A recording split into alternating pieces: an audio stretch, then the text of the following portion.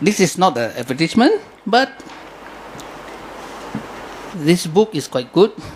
It's about 3 volumes, Arya Magga Bhavana. So I will start with the first one, with Selective Thinking Meditation Guide. But on the last few days ago, few sessions, Bhante have explained about the Dhammacakka and Dhammacakkappavattana, and also Bhante also explained about the Four Noble Truths. So today I'm going to start with the first Arya Magga, that means the Sublime Eightfold Way. With the first one is Sammā Diṭṭhi. A lot of Western scholars have translated Sammā as right, Ditthi as understanding, view, and resolution. In Bhante books, Bhante have translated Sammā Diṭṭhi as Harmonious Perspective. So I would like to request Bhante to enlighten us about the different meaning about the Western. They translate as Sammā Diṭṭhi as right understanding, and Bhante translated Sammā Diṭṭhi as harmonious perspective. So could Bhante enlighten us? Thank you. Well, the important thing is to understand the meaning of the Pali words of the Buddha.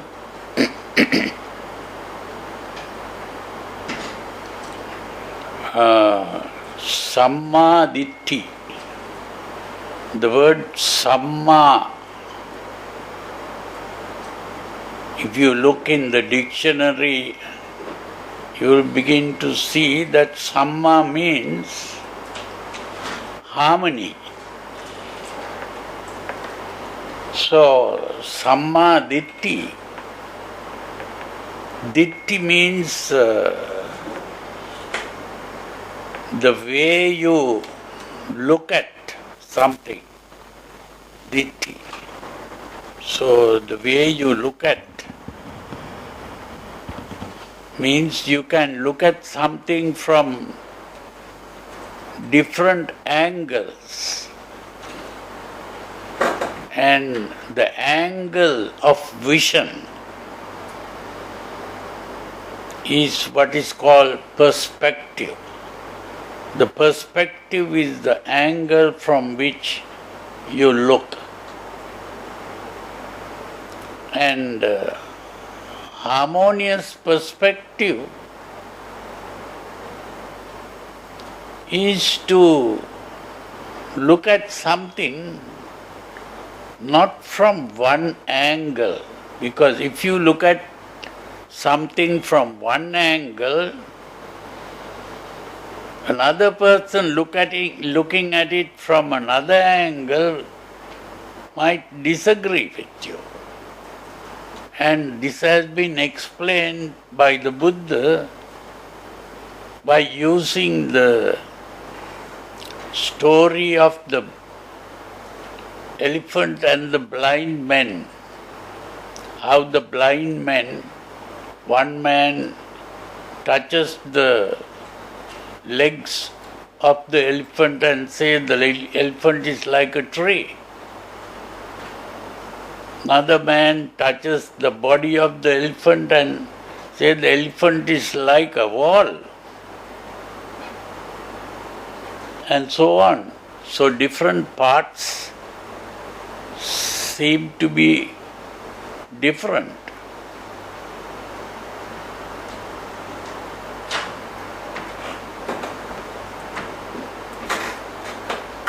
So this is why it is important to look at things from different angles so that you see the elephant in the full way. So in the same way, you can look at your experience from all angles, and then only you begin to see the whole picture. So that when you look at that, it will not cause any conflict, and that is why it is called harmonious. Harmony means absence of conflict. So you will have no conflicts when you look at something from all angles. So the harmonious perspective is to look at something from all angles. That is the harmonious perspective. But here we are looking at experience. We are looking at experience. And experience can be seen from different angles. So we don't come in conflict with anyone. This is why the Buddha says, I do not dispute with the world, but the world disputes with me. The Buddha doesn't dispute with the world because he doesn't come in conflict with anyone, because he sees things from all angles. But other people see only one angle and then they come in conflict. That's the meaning of that.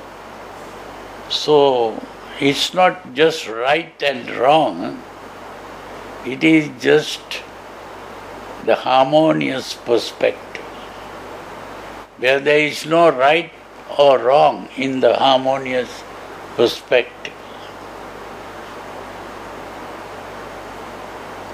When you speak of right view, then you are in conflict with another view, which you consider to be a wrong view.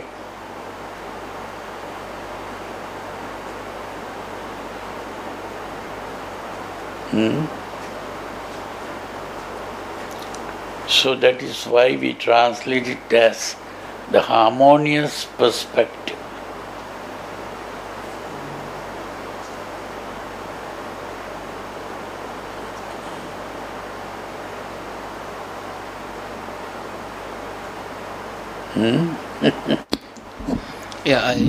It's true. When I read this, what they call it, the sutta called Brahma Jala Sutta. Brahma Jala Sutta. And then this one translation where keep me off guard. Keep me off guard. Because they say that book mentioned 62 wrong views. Is it like what Bhante said? That harmonious perspective. That means if you say right view, it means your view is right, other people's view is wrong. So that particular book that translated by Maurice Walsh and those English translation, that word 60 wrong views is I feel is not the accurate translation. Because they say my view is right, other views is wrong. So I personally will put 62 schools of thoughts. Because there's not even that. You know, the people who translate these things, they don't understand these things properly. What happens is that Brahmajala Sutra really talks about these 62 angles of vision. These are not really views that were present during the time of the Buddha in India or something, which is not correct. Those 62 views are not there in India. Here the Buddha was talking about 62 ways of thinking. Not that they were present anywhere, but these are the 62 possible ways of looking at. And here the Buddha, what is called the Brahma Jala, means the net of Brahma. That is what it means. Jala means the net. And Brahma is supposed to be the creator of the world. And this Brahma, if we take that same meaning, the Brahma, the creator of the world, sees things from all angles. That means he is looking from all angles. And so, what the Buddha is pointing out is that now the Buddha looks at it from all angles and he is showing 62 angles of seeing things. And what he is doing is, with one view, he is attacking all the 62 views. That is the meaning of Brahmajala. A net that gets hold of all the views. Just like a fisherman putting a net to catch the fish, with that one net, he gets hold of many fish and he is taking out. So in the same way, the Brahmajala is the big Brahma there means a big one, a big net. He puts and gets hold of all those views with one objection. And what is that one objection? That is, at the end of that sutra, the Buddha points out that one objection to all the views.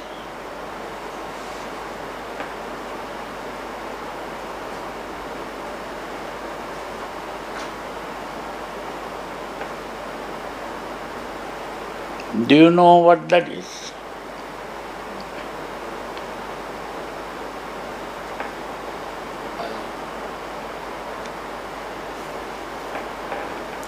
That even the translators didn't understand that. The one view is that it is simply a view. That is the reason.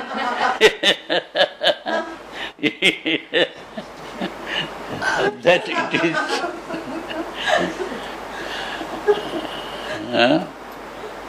But in that book also they say separated into two school of thoughts. Is it correct? No. There is no two schools of thought there. There is only one objection to all the views, and that it is a view. Now what they said about two Udaichirvada and Sasatavada, these two material and immaterial material. No, those are all the translators who do that. It is not in the sutra. Then about the two system where the Buddha said avoid these two, that Atta Kilamatu Yoga and Kamma di Sukani Yoga in the Dhammacakkappavattana. That is a different thing. Oh, that's a. Yeah. That's a different thing. That is there is a middle path. In this one there is no such thing. He points out that it is a view, and because it is a view, It is not a truth. A view is not a truth. And if you get hold of views,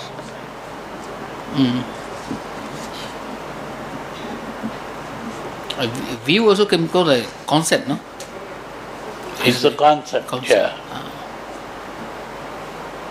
But they hear you talking. Can you hear?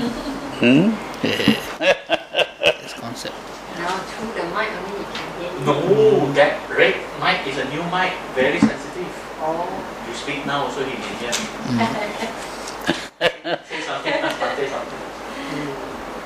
As you speak. It's a special mic. Pick up your voice also right now.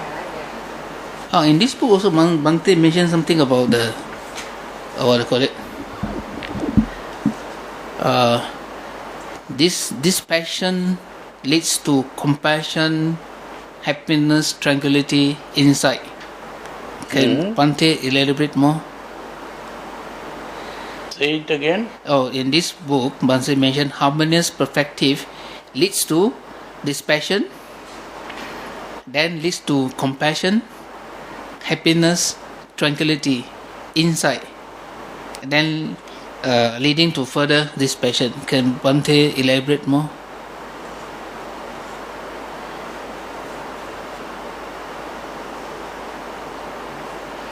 Oh, yeah. That is that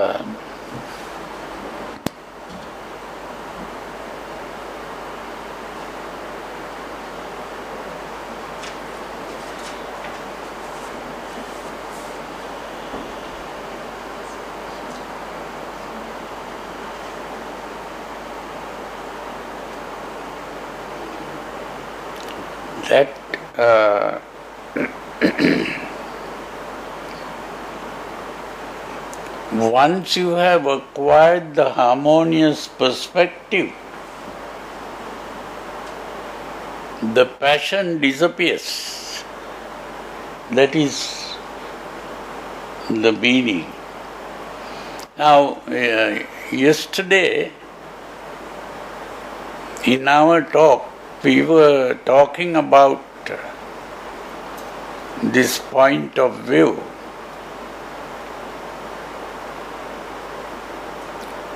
The existence itself is created by our thinking. And by thinking, we create the idea of existence, because we have been seeing from different angles, and by seeing from different angles, we are able to understand that the object that we are thinking of is a creation by. Now, if you take a camera and take a picture of this room, how many pictures do you have? One picture turned this way, another picture turned this way. They are all different pictures. But when we think of the room, we are thinking of all those pictures. And there is no real room. The room is created by putting all these pictures together. So that means the room we are thinking of is a creation of our mind. It's not. So in the same way, every object that we look at is a creation of our mind. So if it is a creation of our mind, it is not really existing. And if it is not really existing, we are becoming attached to something that is not even existing. You see? So when we understand that, Loba.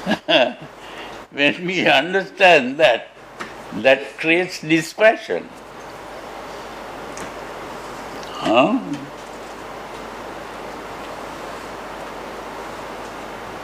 So, and from dispassion, we become, our attention goes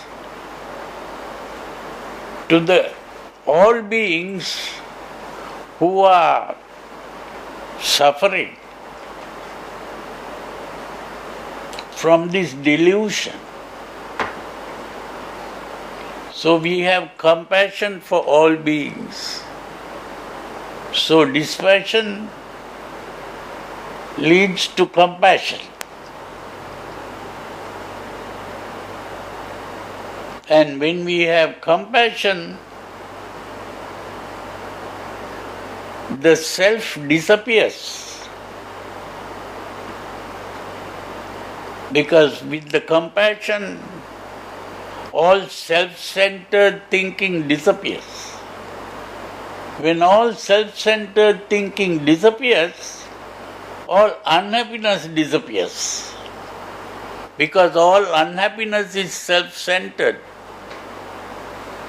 And when all unhappiness disappears, then we become happy as a result. So that is the happiness of selflessness. And that happiness is not an emotional excitement. It's a calm, tranquil state. And that calm, tranquil state, which is free from all unhappiness, is not affected by whatever goes on in the world.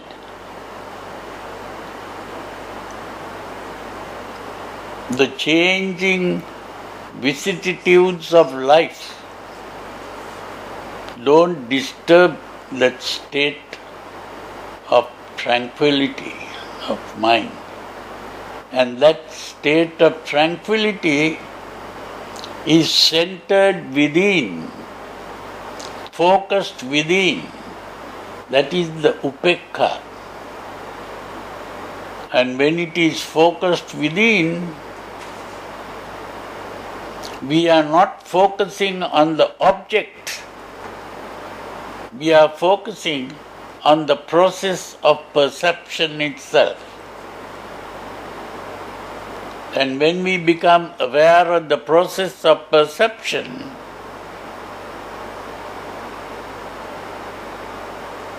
we are free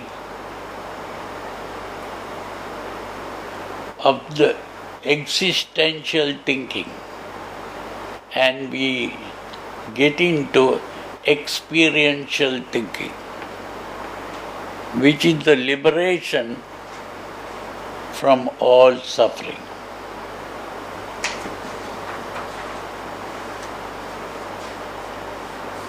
Will you get that? Little bit. Huh? Little bit. Hmm. Take time for me to understand, but it's okay. There is one. Let's say Bhante just now mentioned about radiate loving kindness to beings. Yeah. They go one. Usually we used to say, "May I be well and happy." Mm-hmm. But still, there's I. Is it No, correct? the may I be well and happy is the starting point. The starting point, we are self-centered at the beginning. Now from that self-centered state, we are gradually expanding outwards. Just as I should be well and happy, may all beings in this room be well and happy. Just as all beings in this room be well and happy, may all beings in this whole city be well and happy. And gradually you go out. It's a gradual process. You start with yourself. That is why that meditation is like that.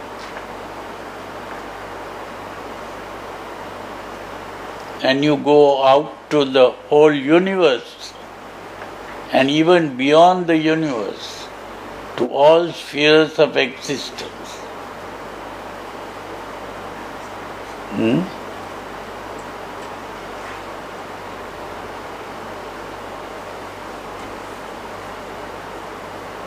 Any question?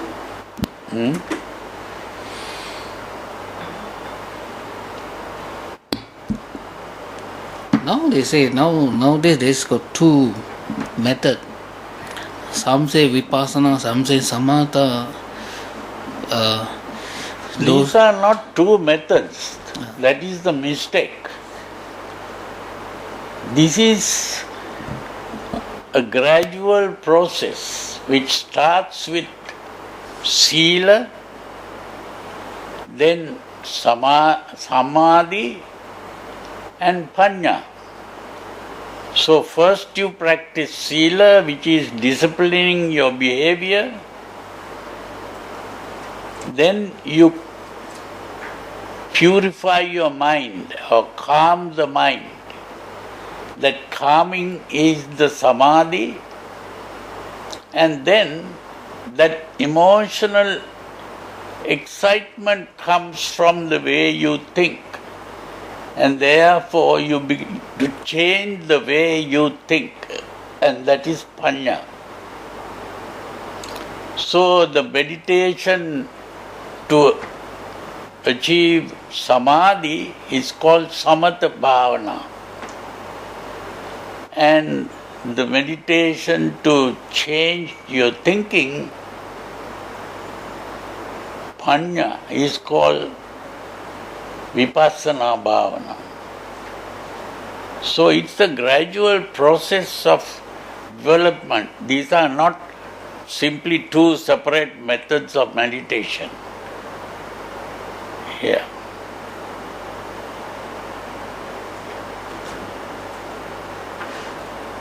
I saw in the Bhante book, Bhante mentioned that before starting meditation, it is good to do anusati.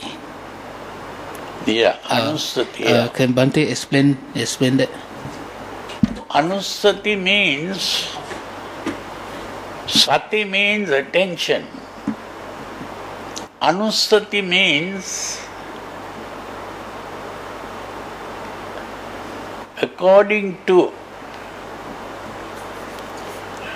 anusati means thinking in according to. That means it's a comparison. Comparison. That means you start with thinking of the Buddha. That is called Buddha Anusati. Then you think of the Dhamma. That is called Dhamma Anusati. Then you think of the Sangha. Sangha Anusati. That means you are thinking of dispassion, compassion, happiness, tranquility, and insight. But in comparison to the Buddha, in other words, you are saying that the Buddha is perfect in dispassion, compassion, happiness, tranquility, and insight. Then you think of the Dhamma. The Dhamma is explaining how to cultivate dispassion, compassion, tranquility, insight. And then when you think of the Sangha, you are thinking of those followers of the Buddha who are practicing dispassion, compassion, happiness, tranquility, and wisdom. So this is what is called Anusati. Anusati means you are thinking of those same qualities, but in comparison to the Buddha, Dhamma and the Sangha.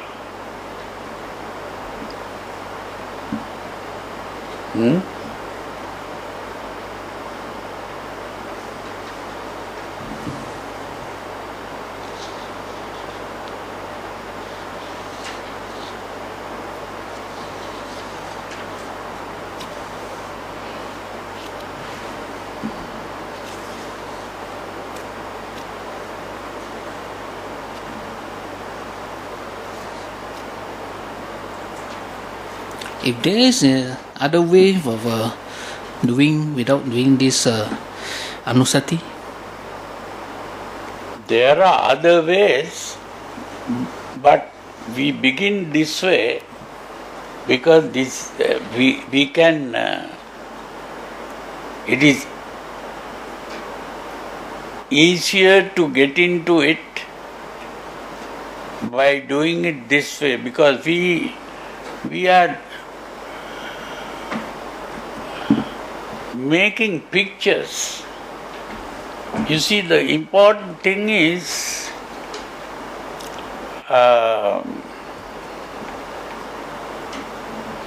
okay, now in the what is called the Noble Eightfold Path, the beginning is Sammā Diṭṭhi. So Sammā Diṭṭhi is to understand the Four Noble Truths. So when you understand that, the next step is Sammā Sankappa.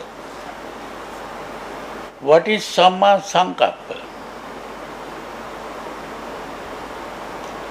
The Sammā Sankappa, the word Sankappa refers to imagination. There are two ways of thinking, verbal thinking and visual thinking. The verbal thinking is called vitakka. Visual thinking is called sankappa. So here the Sammā Sankappa is you are doing visual thinking.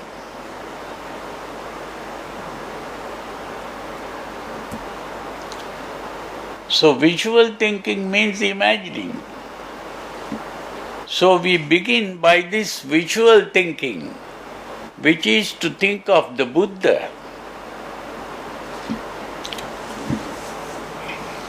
Just to think of dispassion, compassion, happiness, tranquility, these are words. So instead of thinking of words, we are beginning to think of images. So the Buddha is an image. So by thinking of the Buddha,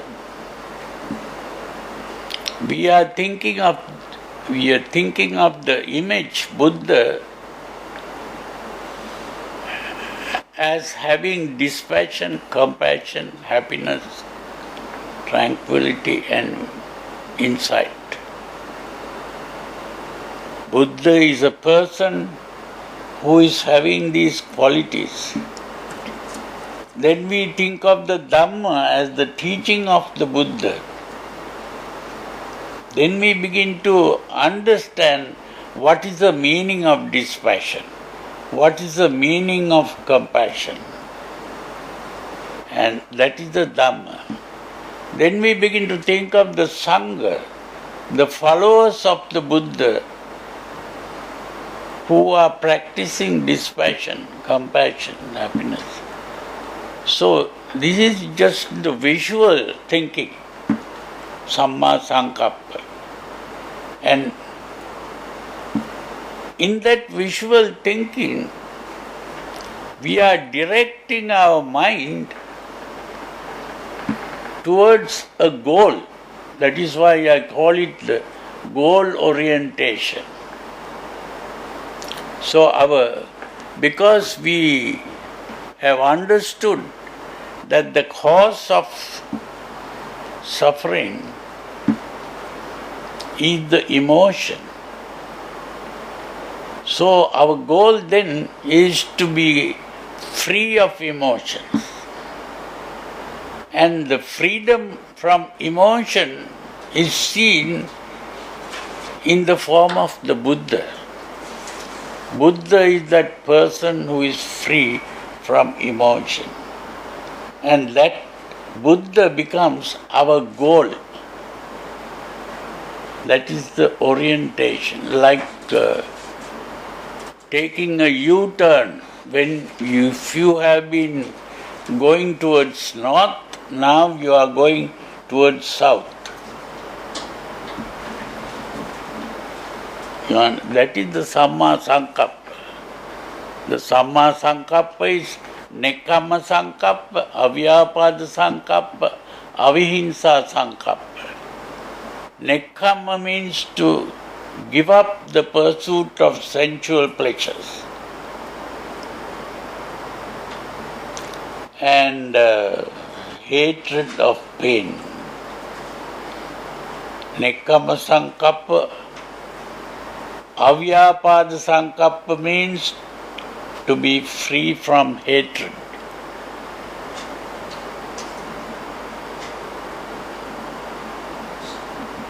And Avihimsa Sankappa, you do not hurt anyone in the world. And that is where you get into Sammā Vāca, Sammā Kamma, Sammā Ājiva. So gradually you are turning in the opposite direction. Now you are going in that opposite direction. Once you have turned your vehicle in the opposite direction, then when you press the accelerator, it goes only in that direction. It doesn't go in the opposite direction. So that is the sila part. You automatically enter the sila once you have turned in the opposite direction.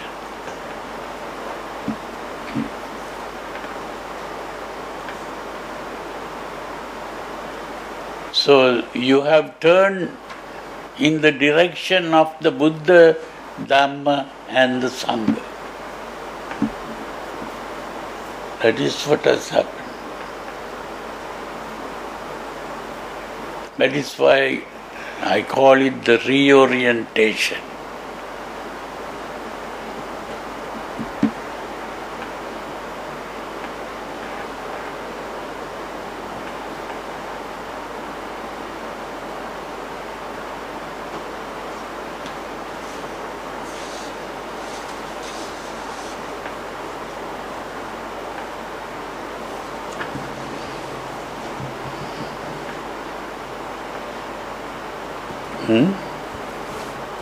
Okay, I think. Understood? Yeah, understood. Very clear.